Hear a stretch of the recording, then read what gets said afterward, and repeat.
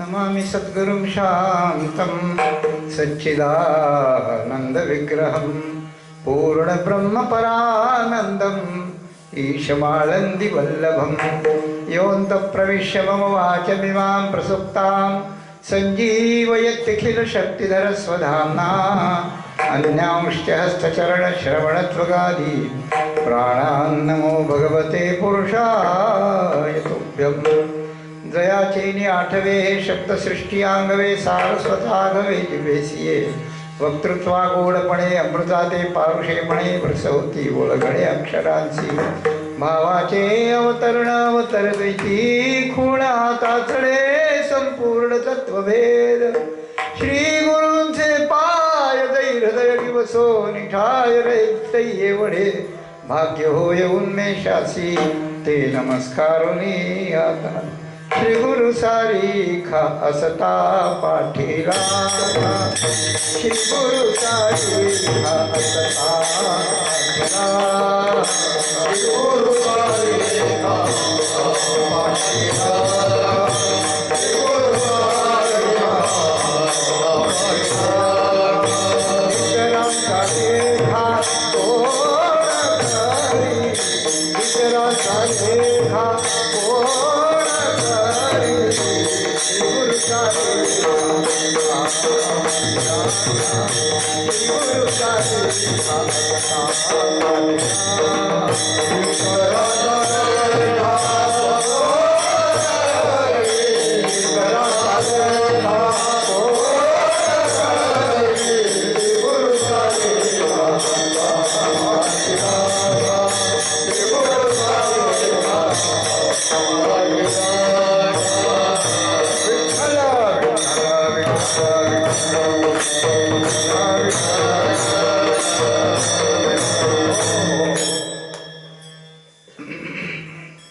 येयो धावनिया विलंब का वाया लागलेला कृपाळे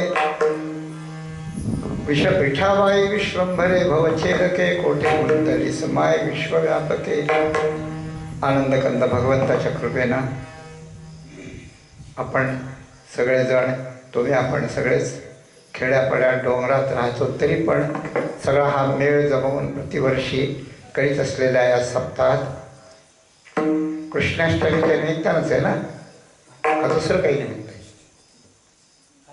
याचं निमित्त गोकुळाष्टमीच आहे ना मग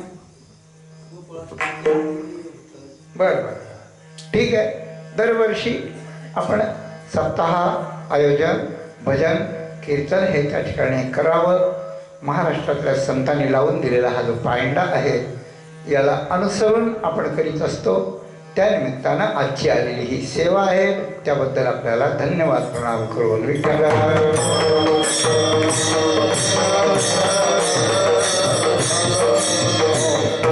सेवेसाठी निवडलेला अभंग जगद्गुरु संत श्रेष्ठ श्री तुकाराम महाराजांचा आहे. काय म्हणेल तुकाराम महाराज काय म्हणतील आपल्याला तुकाराम महाराजांच्या बद्दल आपली भावना काय आहे एक दुसरी गोष्ट तुकाराम महाराजांची पांडुरंगाबद्दल भावना काय आहे दुसरी गोष्ट आणि तिसरी गोष्ट त्या पांडुरंगाला ते कोणत्या कारणासाठी किंवा कशासाठी बोलावतात आणि धावा करतात या 2-3 प्रश्नाचं उत्तर म्हणजे आजच्या वेळेच्या मर्यादेत होणारं कीर्तन होईल. विठ्ठल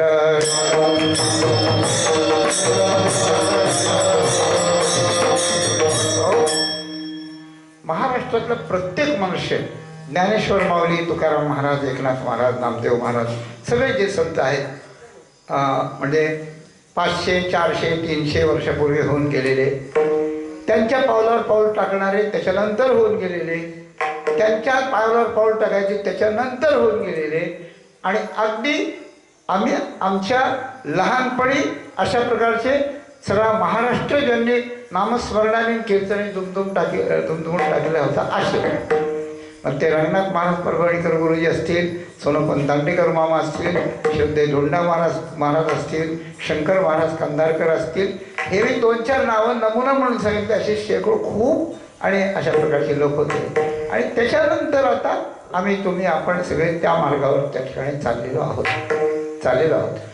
याला जे याचं जे मूळ आहे गंगा गोदावरी किती वाहिली दूर कुठेही भेटली तर माणसाच्या 2 गोष्टी लक्षात येतात की आली कुठून आणि जाते कुठे आली कुठून जाते कुठे नवीन माणूस तुमच्या गावात आला तर तुम्ही हे 2च प्रश्न विचार कुठून आलात आणि कुठं जायचं काय काम आहे इथे मुक्काम काय झाला रस्ता चुकला का वगैरे वगैरे आहे नंतर पण कोण तुम्ही आलात कुठून आणि जायचं कुठे तर गंगेला पाहिल्यानंतर मनुष्याला औदुंबर क्षेत्र किंवा त्र्यंबकेश्वरचा डोंगर आठवतो की तिथून ही निघाली आहे आणि बंगालच्या उपसागराचं जे राजमहेंद्री स्थान आहे ते तिचं याचं आहे ब्रह्मगिरी होणी ना निघेन समुद्र हे केलं निघे असं म्हटलं तर समुद्रात ती शिरते येण्याचं जाण्याचं ठिकाण आहे त्याप्रमाणे प्रश्न जर आपल्याला विचारला की हा संप्रदाय आपण जे कीर्तन करतो, सगळे वाचवणारे बोलवतो, गाणारे बोलवतो,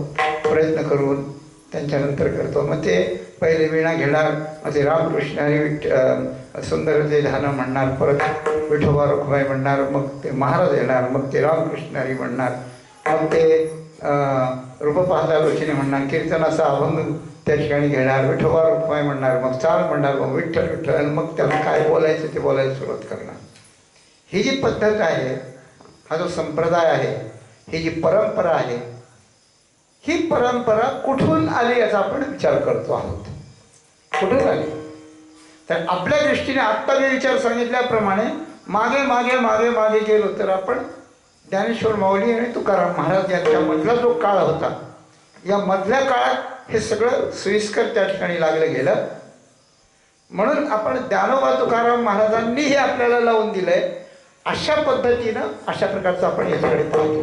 त्याच्याही मागे आपल्याला जाता येत. अगदी 5000 वर्षाच्याही पूर्वी नारदजी, शुकदेवजी महाराज, प्रल्हादजी महाराज, उद्धवजी महाराज, हे जे आपण पुराणात ऐकतो, पोथ्यात ऐकतो की नाही, भागवतात ऐकतो, निरनिराळ्या मराठी ग्रंथातही ऐकतो, महाराष्ट्रातल्या महान संतांनी केलेले जे हरिविजय, रामविजय, पांडवप्रताप, भक्तिविजय वगैरे जे ग्रंथ, या सगळ्यात त्याचे नाव आपल्याला ऐकू येतात.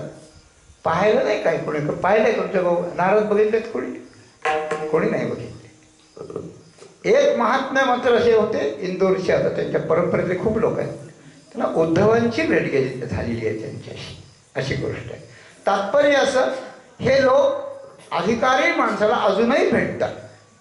तर या लोकांनी ही कीर्तनाची परंपरा सुरू केली. ही नारदांच्या पासून आली, उद्धवापासून आली, प्रल्हादापासून आली. अगदी भागवताच्या महात्म्यात वर्णन आहे. प्रल्हाद स्थालधारी तरलगचितया चोद्धव कांस्यधारी वीणाधारी सुरर्षी स्वरकुशलतया राग करता अर्जुनो भूत इंद्रोवादीन मृदंगम जय जय सुकरा कीर्तने ते कुमारा यत्राग्रे भाव भक्ता सरसर जनया व्यासपुत्रो बभूव विठ्ठल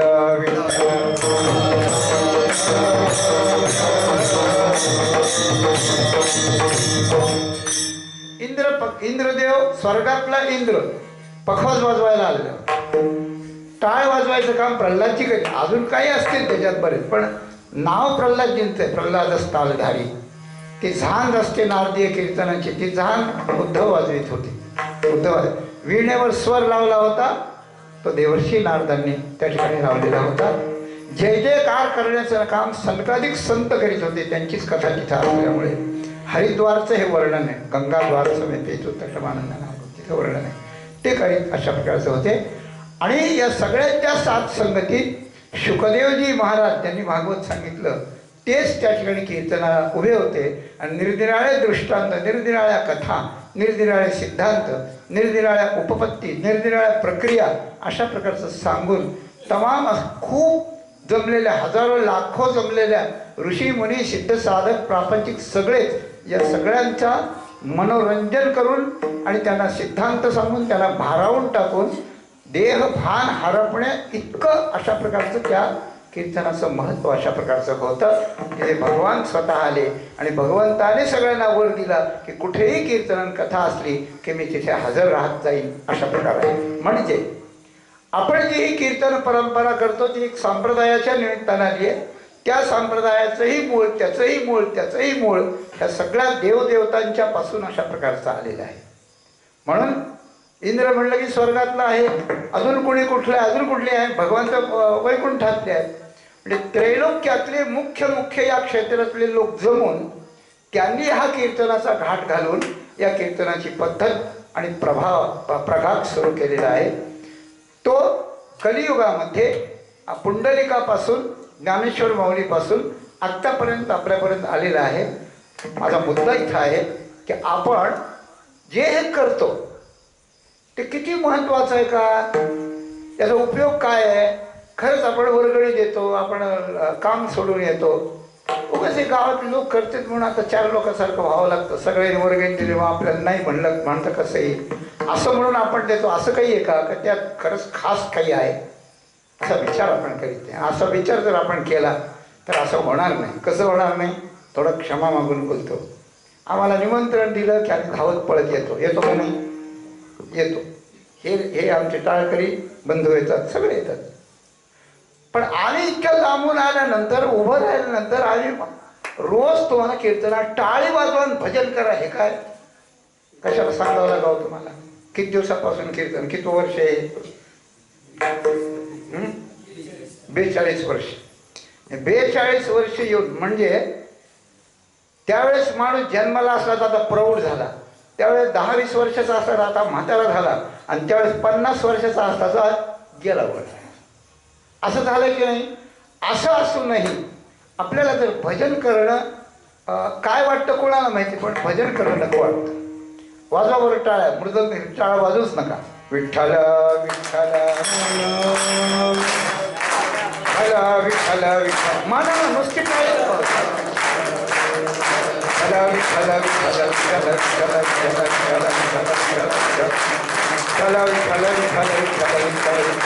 विठ्ठल विठ्ठल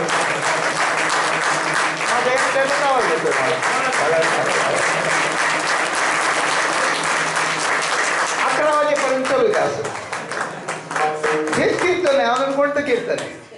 याची इतकं चांगलं कीर्तनच नाही दुसरं. तुकाराम महाराज माळशिरसला गेले, आपण वारीला गेला असतात, ते मारुती झोपलेला.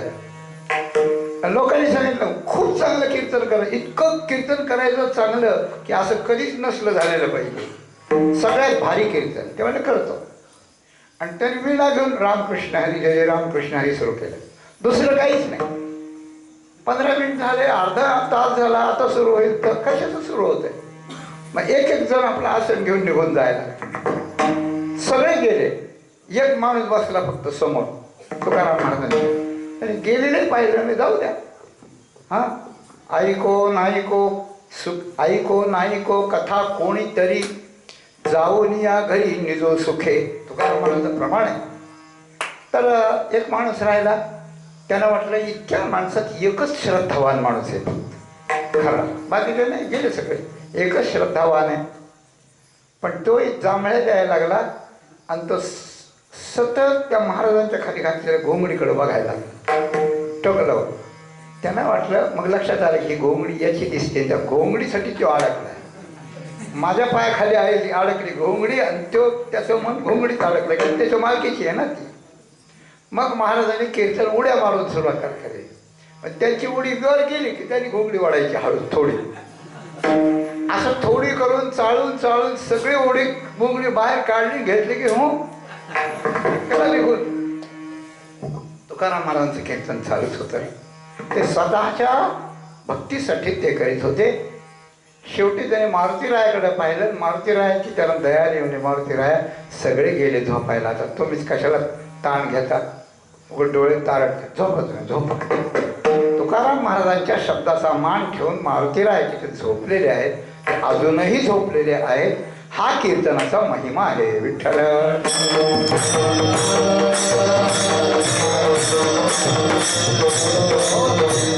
म्हणून ही कीर्तन परंपरा आपण जपली पाहिजे, शक्य तेवढं केलं पाहिजे. आणि करताना 3 गोष्टी केल्या पाहिजे.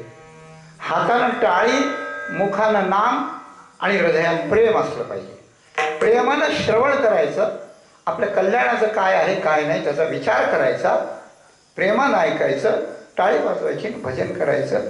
हे जर करीत गेलं तर सगळ्या विश्वाचं कल्याण व्हायला दुसरं काहीही करण्याची गरज नाही. हा विचार पूर्वसूरींनी म्हणजे 5 आत्ता मी जेवढ्या परंपरा सांगितल्या तेवढ्या तिथून लोक साधुसंत करीत आले.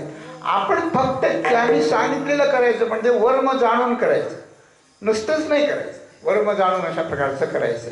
तेव्हा बोलत होतो मी सुरुवातीला, माझी प्रस्तावना अशी होती की आपल्याला जसं आपण एखादी नदी कुठून आली आणि कुठं चालली बघतो, वाटसरू कुठून आला आणि कुठं चालला आपण विचारतो, त्याप्रमाणे हा संप्रदाय कुठून आलाय याचा आपण विचार जर केला तर आपल्याला उत्तरं दिलेली अशी की शुकदेवापासून, नारदापासून वगैरे, किंवा पुंडलिक, ज्ञानेश्वर माऊली, तुकाराम महाराज यांच्यापासून आलाय. आणि ते सगळे त्यांच्यानंतरचे लोक करीत आले. कुठून आलाय हे झालं, पण आता कुठं जायचं आहे? आता पुढे पुढे हा संप्रदाय कुठं जायचा, म्हणजे कुठपर्यंत जायचंय, कुठपर्यंत जायचं. एक नास्तिक माणूस होता एका कथेत. रोज कथा असायची, त्यावेळेला 2-2 सत्र असायचे. सकाळी 9 ते 12-1 पर्यंत चालायचं, दुपारी 4 ते 8 पर्यंत चालायचं. असं 7-8 तास कथा होत होती. तेव्हा एक नवीन माणूस आला, जेंटलमन होता, जरा शिकलेला होता, तरी अधिकारी होता. आणि त्या कथेचे जे यजमान होते त्यांचा तो नातेवाईक होता कोणीतरी. त्याने एक दिवशी 2-4 दिवस 2-3 दिवस कथेला झाले.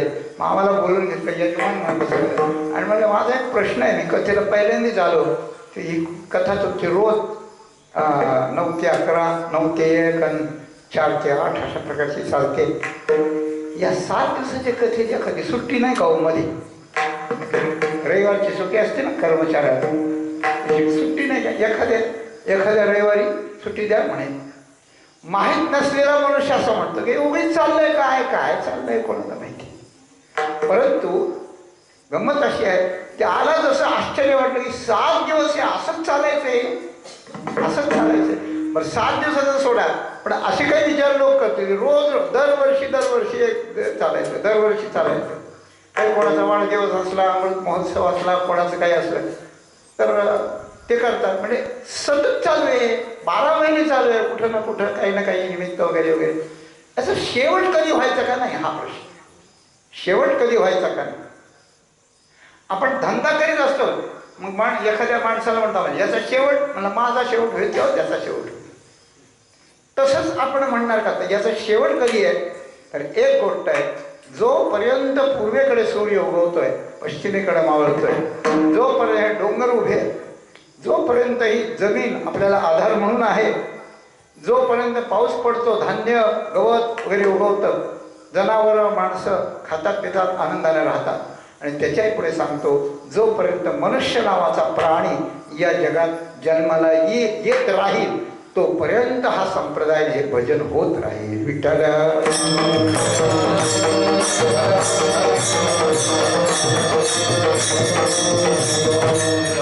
पुढे काय? तिसरा मुद्दा. हा संप्रदाय निघाला कुठं, हा संप्रदाय जाणार कुठं? तर हे असंच चालू राहणार. ठीक आहे. मागचे काय झाले? मागचे गेले म्हणजे भजन कीर्तन न करता जे गेले ते वाया गेले, आणि भजन कीर्तन करून जे केले ते धन्य होऊन गेले. असे 2 प्रकार आहेत का? असे 2 प्रकार आहेत. त्याचप्रमाणे आता जे करतात तेही जाणार आहे, पण धन्य होऊन जाणार आहे. त्यांचं जर खरं ज्याची खरी सेवा त्याच्या भय काय किंवा या न्यायानं ते जाणार आहे. आणि जे छक्का बंगण्या करणार आहेत ते जाणार नाही. मला बोलायचं याच्यातून एक की अशा प्रकारानं आपल्याला हे भजन आपण करतो, तर हे करता करता आपल्याला शेवटी स्वतःला काय करायचं? संप्रदाय चालत राहील, अनादी आहे, पुढे चालत राहील, अनादी अनंत आहे. पण आपण जे आहे ते आपलं काय होणार? आपल्याला ऐका, आपली साधना या संप्रदायाची जर अर्धी राहिली तर आपण पुन्हा मनुष्य जन्म घेऊन ती पुरी करायला इथे येणार. शुचीनाम श्रीमतांगे योगभ्रष्टो विजायते. परत येणार. आणि साधना संपूर्ण झाली तर काय होणार? साधना संपूर्ण झाली तर मग आपण भगवंताशी एकरूप होणार. नक्की काही भगवंताशी एकरूप होणार. म्हणजे आपल्या जीवनाची जो अंत आहे तो असा गोड मंगलमय अंत अशा प्रकारचा आहे. यात आपण राहिला, आपली साधना अर्धवट राहिली, पुन्हा मनुष्याचा जन्म येऊन तुम्हाला इथेच येता येईल. साधना पुरी करताय, संप्रदाय तोपर्यंत चालूच राहील. आज घरी आपण उद्या नदीला गेलं, पाणी चालूच राहतंय, त्याप्रमाणे चालू राहील. जर या जन्मात तुम्हाला पुरी करता आली साधना तर तुमचं कल्याण होईल. भगवान तुम्हाला एकरूप करून घेईल. आणि जर तुम्ही याच्यात न येता आणि याला विरोध करीत राहिला, याला नाव ठेवीत राहिलात, याची टिंगल करीत राहिलात, मस्करी करीत राहिलात, यात काय खरं आहे, गोडवर गेलं, कोणी पाहिलंय असं जर करीत बसलात, तर मग साधारण सगळे प्राणी, सगळे माणसं तसे जातात, तिकडे जातात आपलं आपलं खरं भोगायला. इतकी गोष्ट आहे. तर मुद्दा असा आहे की आपला विचार करता करता आपल्याला आपण इथपर्यंत आलो की आपण यात जर प्रामाणिकपणे आलो तर आपण उद्धारापर्यंत जातो. उद्धारापर्यंत जर आपल्याला याच जन्मात जायचं असेल तर आपण काय केलं पाहिजे? यात विशेष काय केलं पाहिजे? आत्ता मी आपल्याला सांगितलं की हाताने टाळी मुखानं नाम प्रेमानं भजन करायचं. त्याच्या पुढच्या साधना त्याच्या पुढे त्याच्या पुढे त्याच्या पुढे. परंतु आपल्याला आपला उद्धार या जन्मात करण्याकरता या भजन कीर्तनाच्या प्रवाहात तर राहिलंच पाहिजे. पण भगवंताचं अतीव प्रेम निर्माण होऊन त्याला आळवणं, त्याला बोलावणं, त्याला आपलं सुखदुःख सांगणं, त्याची प्रसन्नता करण्यासाठी त्याला आळवणं हे आपल्याला केलं पाहिजे. आणि तुकाराम महाराजांसारख्या संतांनी जे केलं त्यांच्यावर जर आपली श्रद्धा आहे तर त्यांनी जे केलं ते आपण केलं पाहिजे. तर ते देवाला कसं आळवीत होते, कशाकरता आळवीत होते, काय म्हणून आळवीत होते, देवाकडून त्यांना काय अपेक्षित अशा प्रकारचे होतं, याच्यातलं एक उत्तर एवढंच अशा प्रकारचं आहे की भगवंताची भेट व्हावी अशी त्यांना तीव्र इच्छा होती. मनुष्य एखाद्या वेळेला मरायला लागला, एखाद्या वेळा म्हणजे एखाद्याच वेळेला एकदाच मरायला लागतो, तो गेल्यावर पुन्हा कशाला येतो. आणि त्याचं जर कोणात चित्त गुंतलं, बायको लांब असली, एखादी मुलगी कुठेतरी गेलेली असली, काही जे प्रिय माणूस आहे त्याच्यात त्याचं मन गुंततं आणि तो त्याची अंतकाळची वेळ असल्यानंतर त्या मुलीचं किंवा त्या प्रिय व्यक्तीचं नाव घेत राहतं की तू ये ना, मला भेट ना, ये, त्याला आणा, असं तसं काहीतरी म्हणत राहतं. म्हणजे ज्या वेळेला आपल्याला मृत्यू येतो जवळ किंवा संकट येतं त्यावेळेला आपल्या अंतःकरणात सगळ्यात प्रिय असलेली व्यक्ती आपल्याला आठवते आणि त्याला येण्यासाठी आपण तळमळ करीत असतो. अशी तळमळ आपल्याला देवाच्या बद्दल ज्या वेळेला होईल त्यावेळेला आपलं जन्ममरणाचं काम होऊन या संप्रदायातलंही काम आपलं होऊन आपण भगवंताशी एकरूप होऊ. म्हणजे बोलावलं तर भगवान येतो, पण त्या तळमळीनं बोलावलं पाहिजे. आपणही एखाद्या माणसाला रस्त्यावर बोलावलं की अहो आमचा रस्ता चुकला आहे, हो आम्हाला सांगा, हो, शांतपणे गोडीनं बोललं तर तो चालून येतो.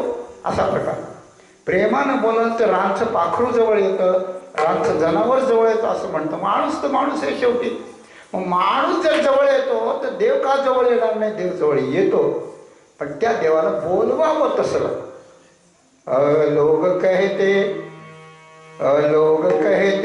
भगवान खाते नहीं, लोग कहते भगवान खाते नहीं, यशोदा की तरह हम खिलाते नहीं, लोग कहते हैं भगवान आते नहीं, लोग कहते हैं भगवान आते नहीं, शबरी की तरह हम बुलाते नहीं, शबरी की। लोग कहते हैं भगवान सोते नहीं, यशोदा की तरह हम सुलाते नहीं. भगवान असा आहे की खरं प्रेम त्याच्यावर केल्यावर त्याला आपण जे म्हणावं ते करतो. होय भक्ती गेला तैसा, होय भक्ती गेला तैसा, होय भक्ती गेला तैसा, होय भक्ती गेला तैसा,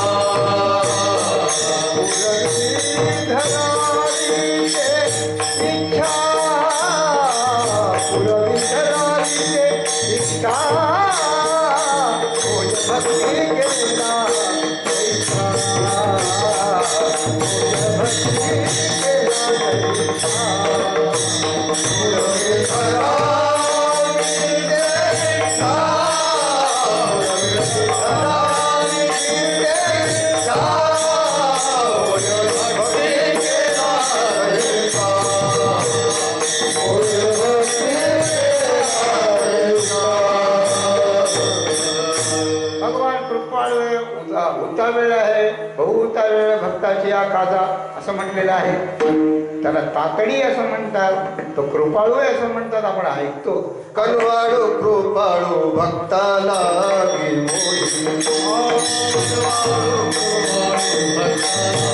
पुढे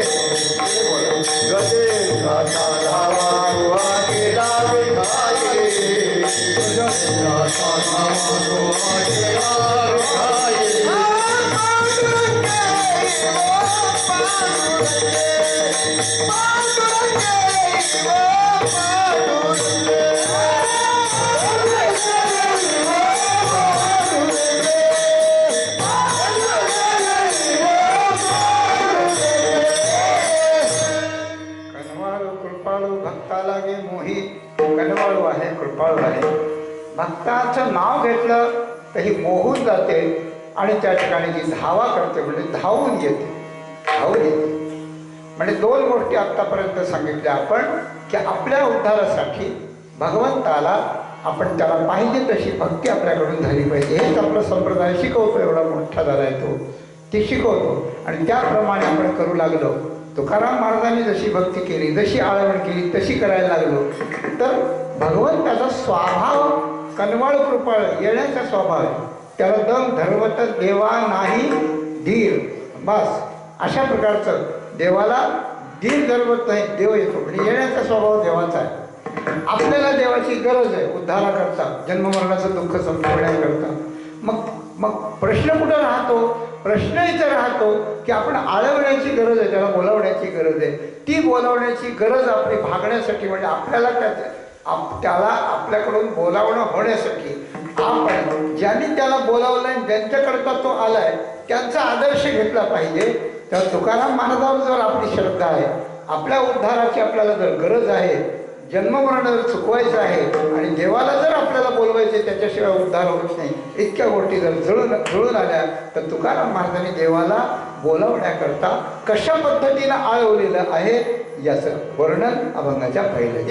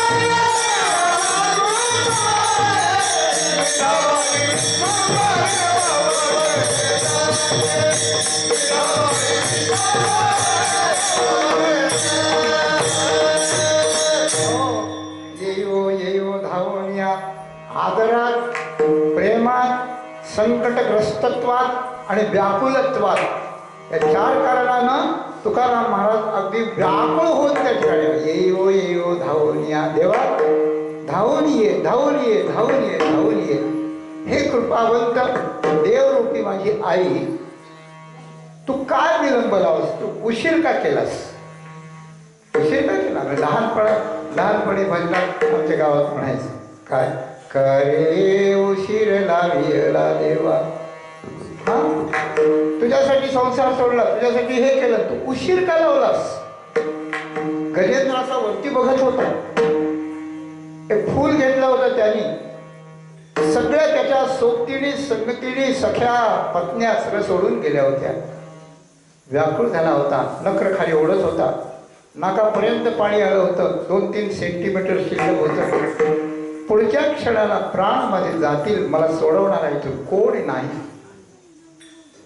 मग त्या अगस्तीच्या वृषापाचा परिणाम झाला. त्याला मनात आलं की माझ्या पत्न्या गेल्या, माझे सगळे गेले, पण मला जन्म देणारा कोणीतरी असेल आणि तो त्याला तरी हे कळत असेल, होईल जो कोणी ब्रह्मांड चाळक आपणाची हाक देईल हाके. मग त्याने हाक दिली, हाक मारली आणि ज्या वेळेला हाक मारली, एवं गजेंद्र मुपवर्णित निर्विशेष ब्रह्मादयो विविधलिंग भिदाभगाना नैते यदोपसश्रुपुल निखिलात्मकत्वात् क्षत्राखिलाम रमयो हरिराविरासी. मोठ्याने अशा प्रकारचा हाक मारली गजेंद्रानं की देवा देवा धावण्या. त्यावेळेस ब्रह्मदेव इंद्र वरुण हे विमानात बसले होते की आम्हाला यांनी बोलावलं, हट्ट करून सोडत होत्या. पण त्याने नाही कोणाला. भगवान चाल शेवटच्या क्षणाला भगवान आले, एवढंच मला सांगायचं. तर भगवान येतो, धावून अशा प्रकारचं येतो. पण तुकाराम महाराजांना येताना विलंब लागतोय असं वाटलं. मग ते जन्ममरणाच्या मुळे त्रस्त झाले की त्यांच्यावर काही संकट आलं आहे की त्यांचा मृत्यू जवळ आला आहे, अशा प्रकारचं काय आहे याबद्दल आपण विचार करूया जसे जसे चरणाचे तसे. पण त्याप्रमाणे ते देवाला बोलावतात, धावून ये धावून ये धावून ये असं म्हणतात. देव 3 कारणाने येत असतो. देव 3 कारणाने येत असतो. काय तुम्हाला वाटत असेल, आपण नेहमी सांगतो परित्राणाय साधूनाम, साधूंचं परित्राण, धर्माचं संस्थापन, दैत्याचा नाश, हे 3 कारणं आहेत. पण आत्ता मी वेगळं सांगतो आहे. 3 कारणाने येतो. एक कारण त्याचं असं असतं की एक पापी लोकांच्या करता येतो, एक साधू लोकांच्या करता येतो आणि एक भक्त लोकांच्या करता येतो. विठ्ठल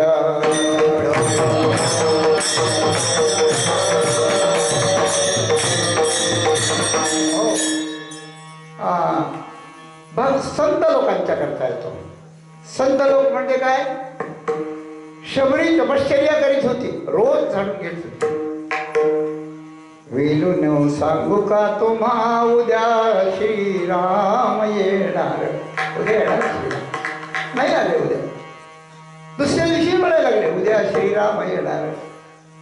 एखादी म्हणलं काय पागल बाई आहे तू, रोज म्हणते उद्या येणार, रोज म्हणते उद्या येणार. त्याचा काय भरोसा आहे? उद्या उद्या उद्या हजारो वर्ष वाट पाहिली ती. किती लोकांनी किती वेळात काढावं तिला अशी होती. पण एका ऋषीने आश्वासन दिलं होतं आणि ऋषीवर तिचा पुरा विश्वास होता. ऋषींचं खोटं म्हणा, त्याला विचारलं नाही कोणत्या दिवशी कोणत्या तिथीला कोणत्या तारखेला किती वाजता किती वाजता किती मिनिटं. बरं माझं मोबाईल नाही रामाला ते रिंग फिरवायला, काहीच नाही. कसं काय? ठीक आहे, वाट पाहत राहील. पण एक दिवस तिनं वाट पाहता पाहता पाहता रामचंद्रांना कोणी दुसरं पाठवून चाललं नाही. लंकेत हनुमानजी पाठवले, पण इथं नाही. इथं स्वतः रामचंद्रांना यावं लागलं. मुनीनाम अमलात्मनाम भक्तियोग विधानार्थम कथम पश्ये मही स्त्रिया. कुंती बोलते भागवताच्या प्रथम स्कंधामध्ये की अशा संतांना भेटायला नाही, त्यांची सेवा करताना भगवान येतो.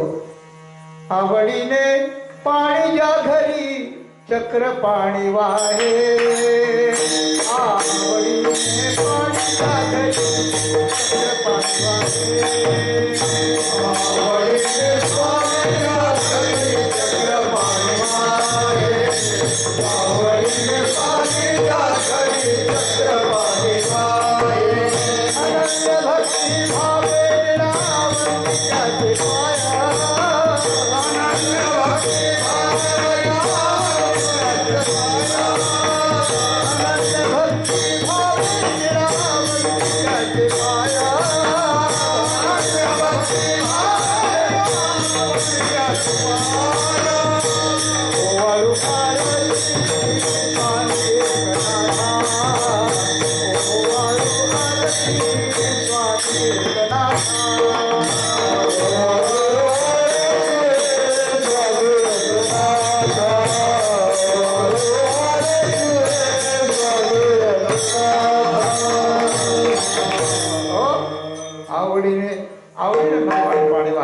नाथांच्या घरी पाणी भरणाऱ्याला काही माणसं मिळत नव्हते असं नाही.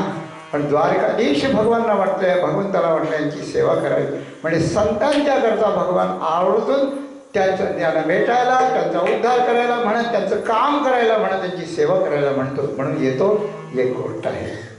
दुसरी गोष्ट अशी आहे, एखाद्या भक्ताने बोलावते तो. तिसरी तुम्ही म्हणाल भक्ता करता येतो, ठीक आहे, संत करता येतो, पण पाप्या करता भगवान येतो. पाप्या करता संत भगवान येतो. आज हा अभंग मला जो येता येता सुचला की इथे हा घेतला पाहिजे असं माऊलींच्या कृपेनं. त्याचं कारण हे आहे की पापी लोकांच्या निमित्तानं भगवंताचं पृथ्वीवर येणं होण्याची जी वेळ आहे ती वेळ आत्ता आहे यावेळेस. तुमचं निमित्त असं नसं, पण गोकुळाष्टमीचा किंवा भगवंताच्या प्राकट्याचाच हा पिरियड आहे की नाही. या वेळेत भगवंताचा जन्म उद्याच आहे, भगवंताचं प्रकट दिन आहे, भगवंताचा आहे, ज्ञानेश्वर माऊलींचा अशा प्रकारचा आहे. याचं प्राकट्य यावेळेला झालेलं आहे. अशा वेळेस यांचं प्राकट्य झालं. भगवान श्रीकृष्ण आणि त्या ठिकाणी वैकुंठावरून आले, म्हणजे त्यांना काही काम नव्हतं, टाईमपास करायला आले. तुमच्यापैकी कोणाला त्यांना भेटायचं होतं असं काही होतं काय? असं काही नाही. त्यांनाही कोणीतरी बोलावलेलं होतं, त्यांनाही कोणीतरी बोलावलं होतं. काय पापी धरणीची झाले ओझे त्याचे, वत्सरूपी पृथ्वी ब्रह्मयापाशी जाय नेत्री होय वाहे तोय सांगत असे. बुडविला धर्म अधर्म झाला फार, सोसवेना भार मचा. पृथ्वी व्याकुळ झाली भूमिर्दृप्त नृपव्याज, दैत्यानिक शतायुतैः आक्रांता भूरि भारेण ब्रह्मांडं शरणं व्रज. भागवताच्यामध्ये शुकदेवाने हे सांगितलं की पृथ्वी आक्रांत झाली आणि ती ब्रह्मदेवासाठी पाशी गेली, वत्स रूपाने गेली, गायीच्या छोट्या गायीच्या रूपाने गेली. ऋषीमुनी अशा प्रकारचे होते. ऋषीमुनींच्या सहित ब्रह्मदेवाजवळ गेल्यावर तिनं विनंती केली की माझ्यावरचं पाप कमी करा. धर्मराज ते ब्रह्मदेव पाहू लागले. ब्रह्मदेवानं म्हटलं बाई पृथ्वी, सगळ्या ऋषीमुनींना सांगितलं मी विश्व तर निर्माण केलंय, मी विश्व निर्माण केलं म्हणून निर्माण करणाऱ्या कर्तव्याकडे तुम्ही आलात. पोरांचे भांडण झाले, एका पोराने दुसऱ्याला मारलं म्हणजे दुसरं कोणाकडे जातो? त्याच्या कोणाकडे जातो सांगा? बापाकडे जातो. ते तुमच्या पोराने मला मारलं म्हणून त्याची जबाबदारी आहे. त्याप्रमाणे तुमच्यावर जबाबदारी म्हणून आम्ही आलो. तुम्ही आमचं हे पाप नाहीसं करा, आम्हाला सुखी करा. ब्रह्मदेवाने सांगितलं माफ करा. मी हे जरी निर्माण केलं असलं तरी भगवंताने माझ्याकडून निर्माण केलंय. आता जे झालं आहे त्याचं पारिपत्य, त्याचं निराकरण करण्याला मी समर्थ नाही. त्याचं कारण आहे यांच्या प्रारब्धानुसार या दैत्याला मी जीवन दिलंय, संपत्ती दिली आहे, बळ दिलंय, त्याचा ते दुरुपयोग करू लागलो. आता मी काय करणार? त्याला याचा मूळ मालक कोण आहे त्याच्याकडे आपल्याला जायला पाहिजे. मग भगवान शंकरांना बरोबर घेतलं आणि सगळ्यांनी विचार केला कुठं जायचं? कुठंच नाही जायचं म्हणे. क्षीरसागरी जाऊ म्हणले आधी. भगवान शंकरांनी म्हणलं तुम्ही जिथं असून भगवंताला आळवाल तिथे तुम्हाला त्याचं उत्तर मिळेल. तत्र गत्वा जगन्नाथं देवदेव वृषाकपीं पुरुष सूक्तेन उपतस्थे समाहितः. विठ्ठल विठ्ठल.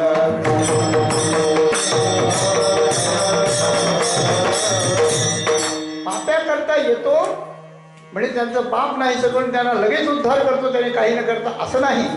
तर पापी लोकांपासून दुसऱ्यांना जो त्रास होतो तो त्रास प्रमाणाच्या बाहेर गेल्यानंतर जगाला सुखरूप बनवण्याकरता, त्याचा नाश करण्याकरता किंवा काही क्रांती करण्याकरता भगवान अशा प्रकारचं येतो.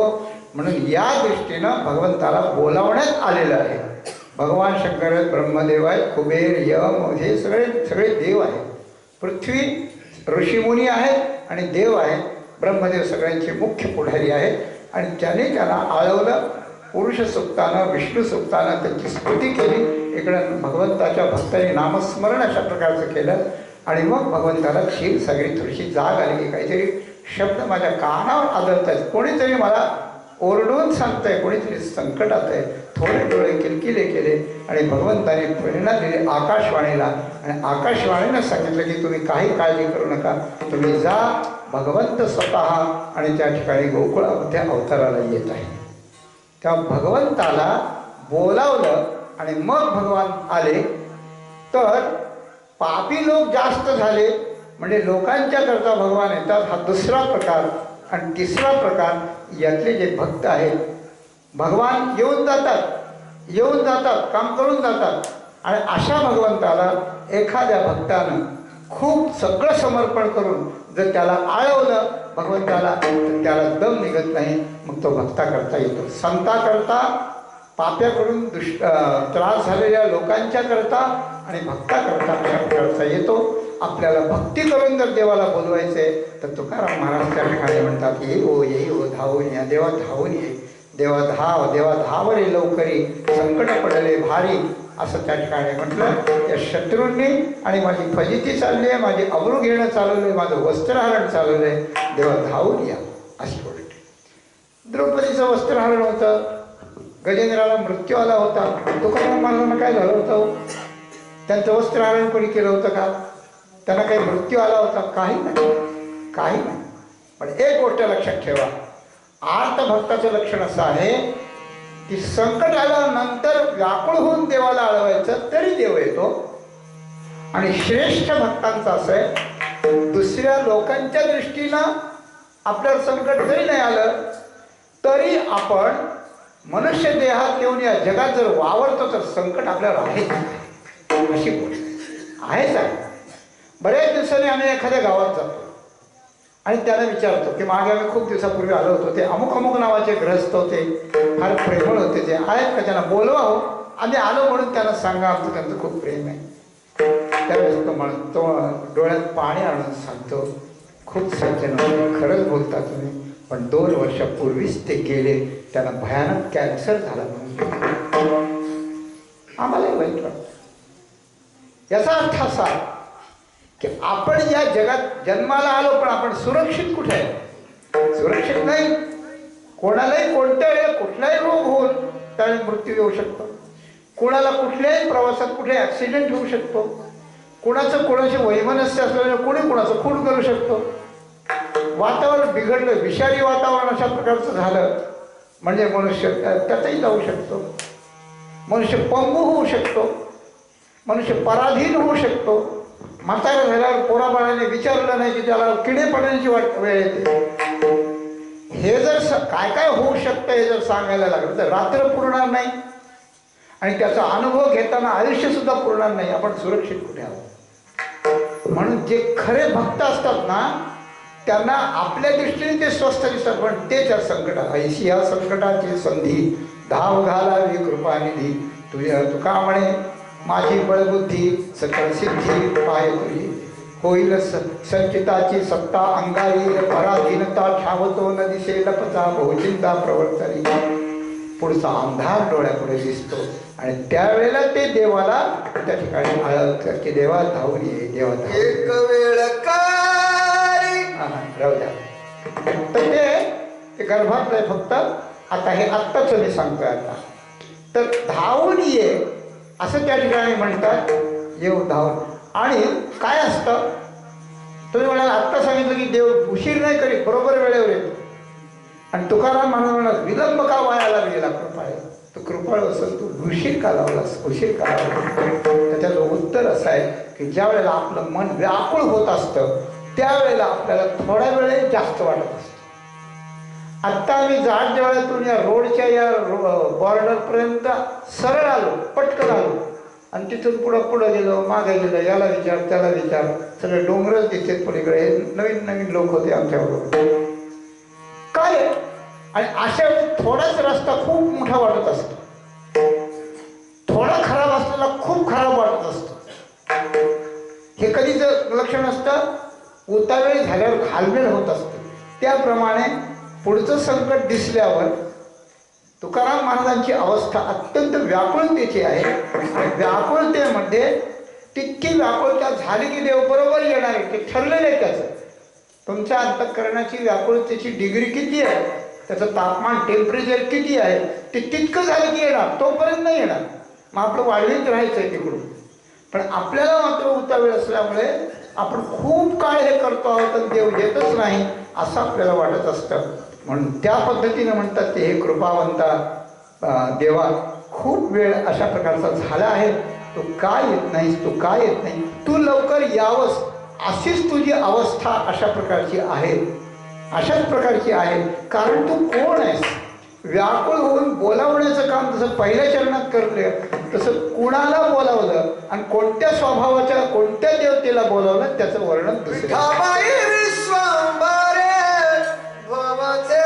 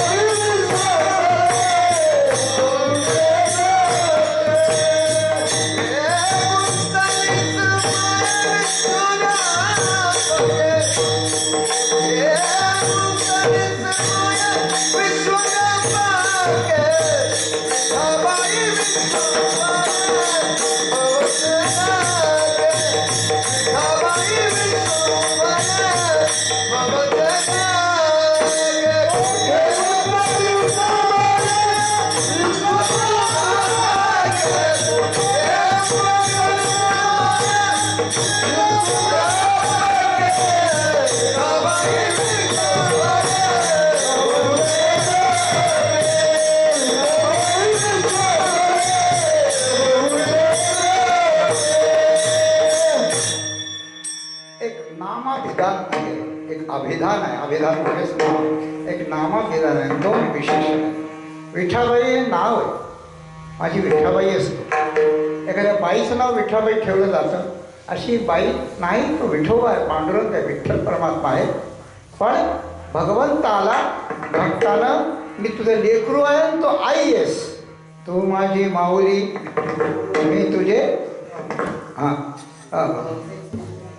तेव्हा आई जर म्हटलं तर मग तिला स्त्रीलिंगाचा प्रयोग केला जातो.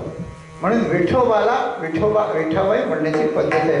आणि ती तुकाराम महाराजांच्या आधीपासून जनाबाईपासून आहे. ये ग विठाबाई माझे पंढरीचे आई, भीमा आणि चंद्रभाग इतक्या सेत तो आबाई आहे, माझा रंग तुझे गोड आहे, तू ये माझ्या रंगणात, माझ्या कीर्तनात नाचायला तुझे.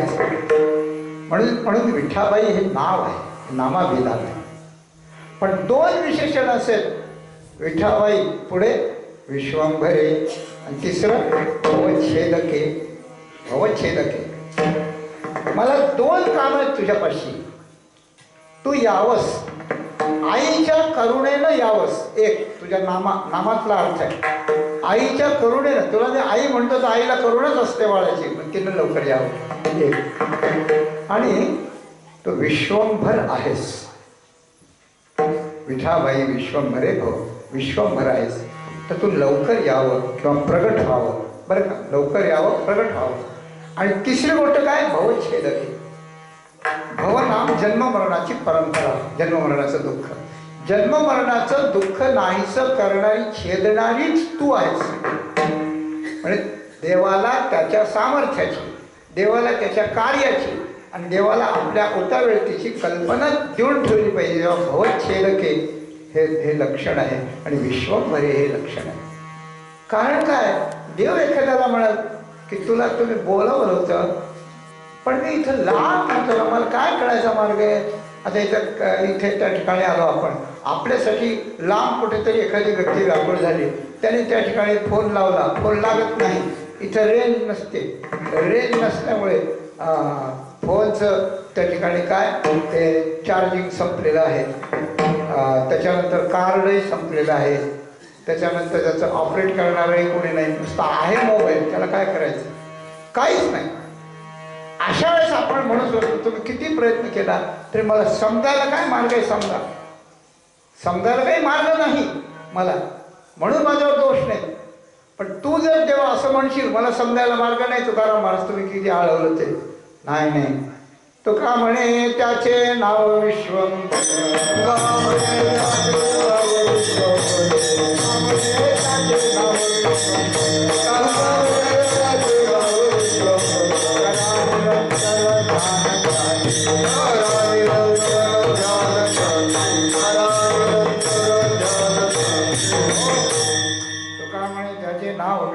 त्याचं नाव विश्वंभर.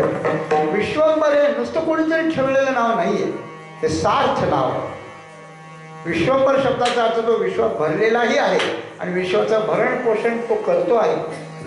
पोटात बसून अन्न पचवण्याचं काम महक वैश्वानर भूतो आहे. भरण पोषण करतो, धान्य निर्माण करतो, इकडे शरीर निर्माण करतो, त्या धान्यावर ते शरीर जगवतो, ते धान्य खाताना त्याचं पचवतो आणि त्याला जोपर्यंत त्याचं प्रारब्ध आहे तोपर्यंत व्यवस्थित जिवंत ठेवतो. हे विश्वंभरत्व असेल. याचा अर्थ असा की तू विश्वभर असल्यामुळे सगळ्याच्या अंतःकरणात आहे, विश्वात भरलेला आहेस. म्हणजे मी तुला आळवलं की तुला कळतंय, म्हणजे तुम्ही खूप लांब होते आणि माझा मोबाईल खराब झाला होता म्हणून मला समजलं नाही असं तुला म्हणता येत नाही. याच्याकरता विश्वंभरे असं जाण बुजून तोलून मोलून मापून अशा प्रकारचं नाव घेतलेलं आहे. आणि दुसरीकडे भवच्छेदके, जरी तू आलास आणि म्हणाल तुमचं काय काम आहे, काही इकडच्या कोणी तिकडे उचलायत का, उचलून टाकतो, काही काम करतो तुमचं नाही. नाही, आमचा जन्म मरण संसार छेदन करायचा नाही म्हणजे तेवढं मला येत नाही असं म्हणू नये. याकरता भवच्छेदके, अनेकांना संसारातून तू सोडलेलं आहे. तेषा महान समुद्धरता मृत्यू संसार सागरात भवा पार्थ मय्यावेशित साम. हा, सडे ते कासे लाविले, प्रेमाची पेटी कोणाच्या आळ्यात घातली, म्हणून का भक्त राया हे तू असं कर. द्विपद चतुष्पद सगळ्यांचा मी अनेकांचा उद्धार केलेला आहे. म्हणून भवच्छेदन करणारा, विश्वास भरून बोललेला आणि विठाबाई नावानं अत्यंत आमच्या मातृत्वाची कळवळ तुला असलेला असा आहे. पण तू विलंब का लावला? ज्या अर्थी असं होऊन तू विलंब लावला असशील त्या अर्थी तू तोड कोठे तरी गुंतली असशील.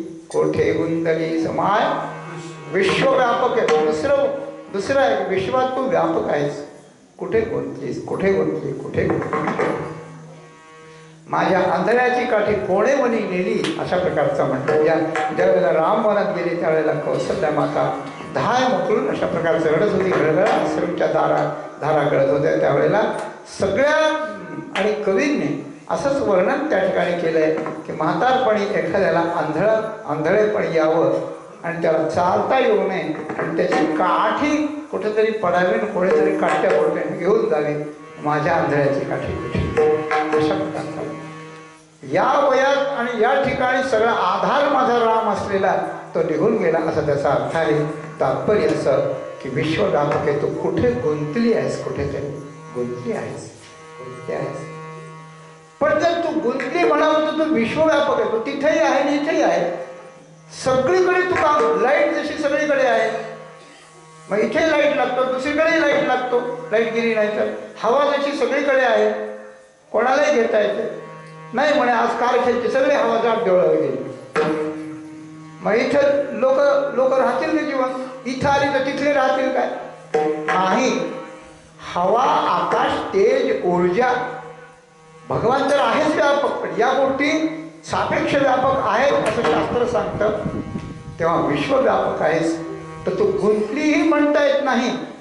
ज्या अर्थी तू विठाबाई आहेस, तू येत नाही, विलंब लावतेस, त्या अर्थी माझं बोलणं तुला गौण वाटतंय, सामान्य वाटतंय, सामान्य वाटतंय म्हणून तू दिरंगाई करतेस. तर जसं कृपा करून करू नकोस तिसऱ्या चरणात. नकरी नकरी आळस आवेरू,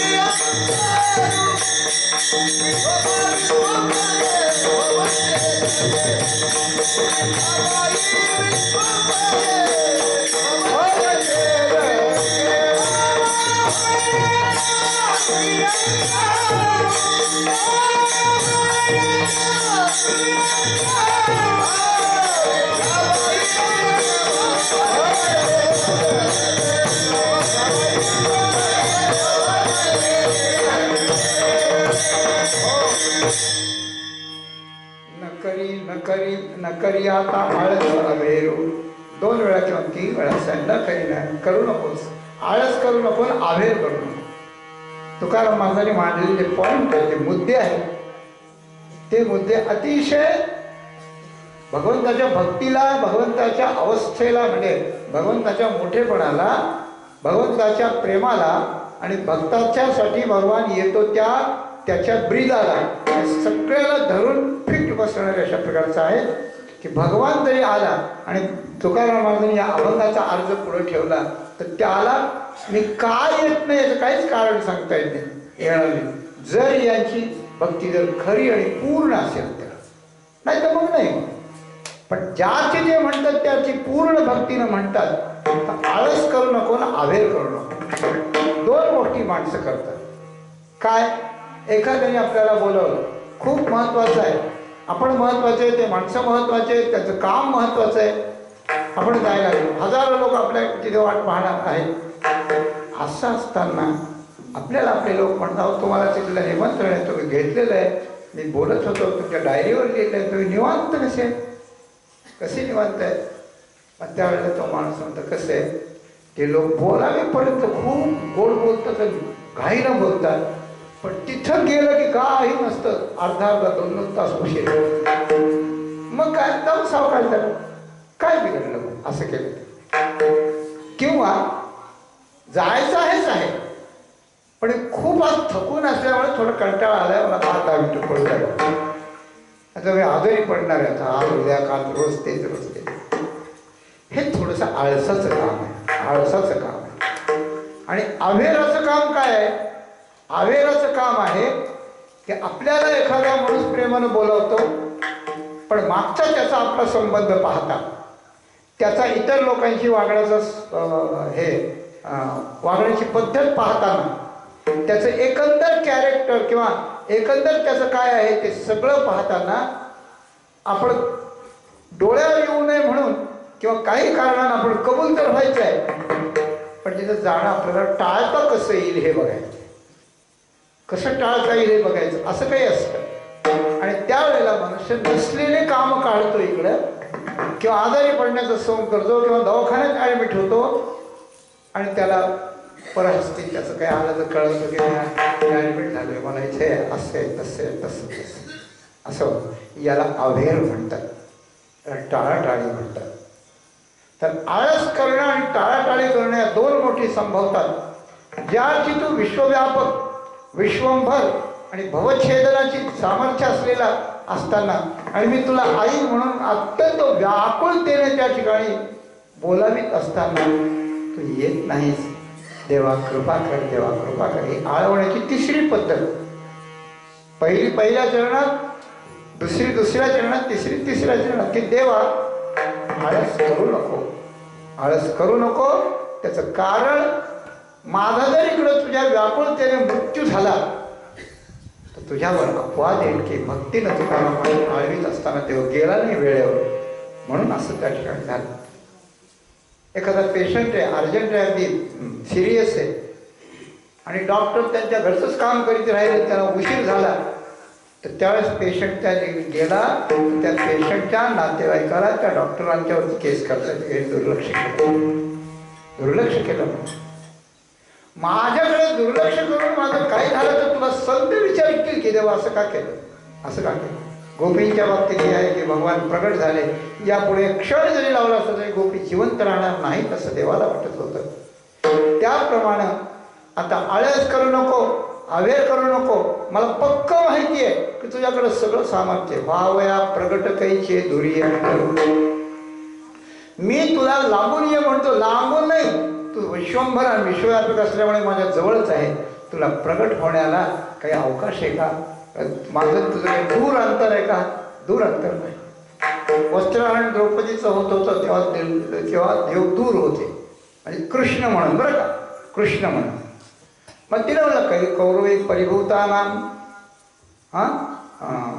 किम न जानासी केशव, म्हणजे द्वारकावासी म्हणली. मग ते म्हणजे मला द्वारकेला जावं लागलं, इकडून तिकडं जावं लागलं, तिकडून तुकाराम महाराजांनी नाही, तू इथंच आहे, तुला फक्त प्रगट होणं आवश्यक आहे.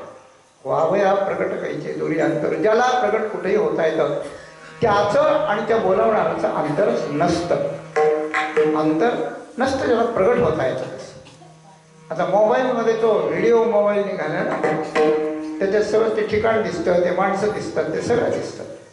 त्याला इथलं दिसतं, याला तिथलं दिसतं, फक्त फार प्रेम आलं दिसतं, जवळ उभा राहतो, असा जवळ बसतात, एकमेकाशी बोलतात, असं काहीतरी हावभाव सगळं करतात. फक्त थोड्या प्रेमाने जर आनंदाने टाळी वाजवायला घेते, याची टाळी त्याच्या टाळीवर बसत आणि प्रेमाने मुका घ्यायला लागला तर ते काही जवळ. या दोन गोष्टी सोडल्या भेट नको ना ती जवळ. वैज्ञानिक उपकरणाने जर एवढं होतं तर भगवंताच्या सामर्थ्यानं भगवंताला आत्ता प्रगट होता येत नाही का? पण त्याला वाटलं पाहिजे प्रगट व्हावं. आळस करू नको, अवेर करू नको. तुला जर प्रगट होण्याचं तुझ्या मनात आलं तर एक क्षण सुद्धा लागणार नाही. व्हावं या प्रगट कैचे दुरी अंतर, तुझं माझं अंतर दूर नाही. अंतर म्हणजे हे नाही, लांबी नाही काही. माझं अंतर म्हणजे माझ्या आतच तू आहे, तुझ्या आत मी आहे, माझ्या आत तू आहे. तू मला प्रगट का त्या ठिकाणी होत नाही. लक्षात ठेव, तू जोपर्यंत प्रगट होत नाही तोपर्यंत माझा घसा फुटू दे, माझं डोकं फुटू दे, मला संपू दे, मला घसा बसून मला त्रास होऊन मला संपू दे, पण तो येईपर्यंत माझी वाणी तुला अळवीतच राहील अभंगाच्या शेवटी.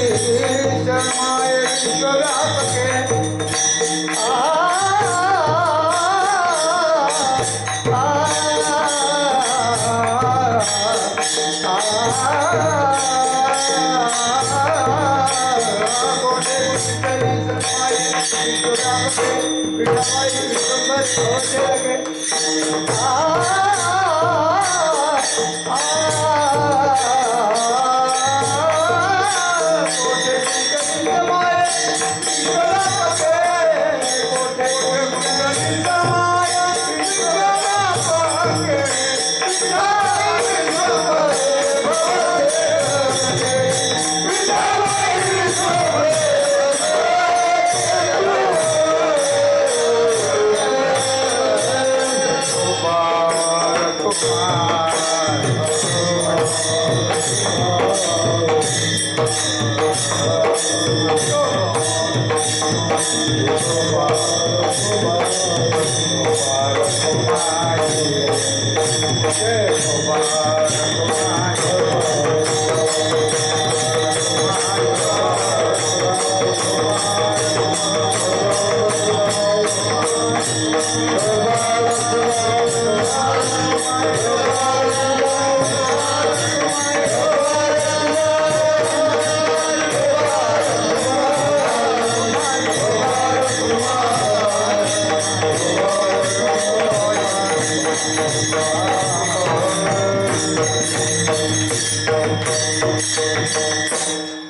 अनेक विरुक्ती त्रिरुक्ती करून नेघे नेघे नेघे माझी वाचा विसावा. मला जे हाव हाव झाले, हाव हाव शब्दाचा अर्थ की तू कधी मला भेटशील, कधी मला भेटशील, कधी मला भेटशील.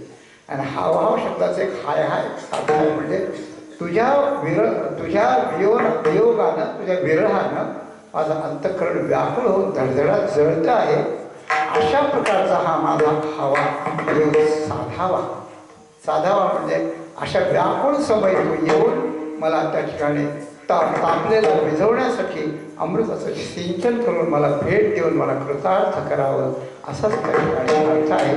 पूर्वीपासून चिंतन केल्याप्रमाणे या संप्रदायाच्या पद्धतीत तुकाराम महाराजांचं जे आळवणं आहे ते असंच आहे, भक्तीच्या क्षेत्रातलं आहे. आणि या जन्ममरणातून सुटण्यासाठी, त्यांचा आदर्श घेण्यासाठी भगवंताला आळविण्याची ही पद्धत आहे. आळवीन करुणावचनी आणि गोडन लहले मधी निद्रा जागृती आणि स्वप्नी धरिले ध्यान मणिरूप, असं तुकाराम महाराजांनी बोललं.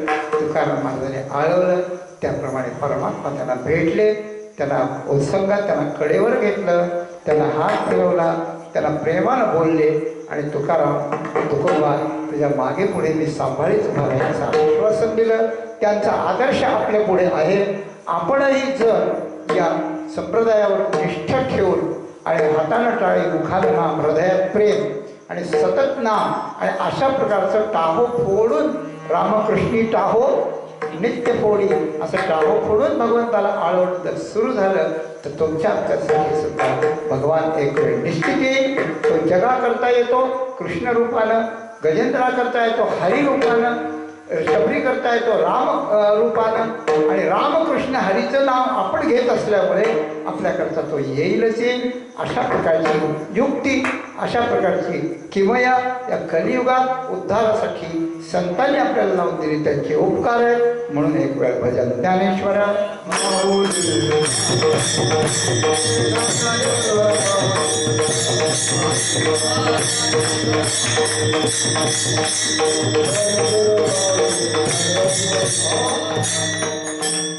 तेव्हा भगवंताची ही सेवा याच करता आहे की आपण प्रपंचात, विषयात, राजकारणात, काम करण्यात, नोकरी करण्यात, व्यापार करण्यात कुठेतरी सतत आपल्याला गुंतवून घेत असतो आणि आपल्याला देवाची आठवण करायला मिळतच नाही, वेळ होत नाही, मुळातून आवड नसते, कमी असते. त्यामुळे अशा प्रकारच्या गावागावात सप्ताह होऊन, कीर्तन होऊन देवाची आठवण आपल्याला सगळ्यांना करून दिली जावी असा संतांचा मानस आहे. आणि ती आठवण आपण घेऊ.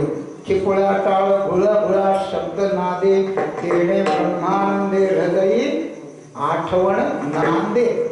आठवण राहिली देवाची आपल्या उद्धारासाठी, म्हणून हे सगळं आहे.